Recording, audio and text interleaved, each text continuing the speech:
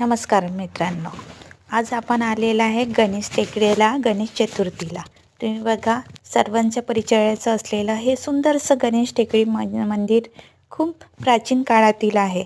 इथले असं मान्यता आहे की इथे जो कोणी व्यक्ती हात जोडतो त्याची पूर्ण मनोकामना पूर्ण होतात। एकाप्रमाणे ह्या नवसाचा गणपती असे सुद्धा मानले जाते। तुम्ही बघू शकता, अतिशय सुंदरसं असं मंदिर आहे। मी आणि माझी पूर्ण फॅमिली हे आम्ही मंदिराला दर्शनाला गेलो। बघा, गाभारा बघा, किती सुंदरसा असा गाभारा आहे मंदिरचा,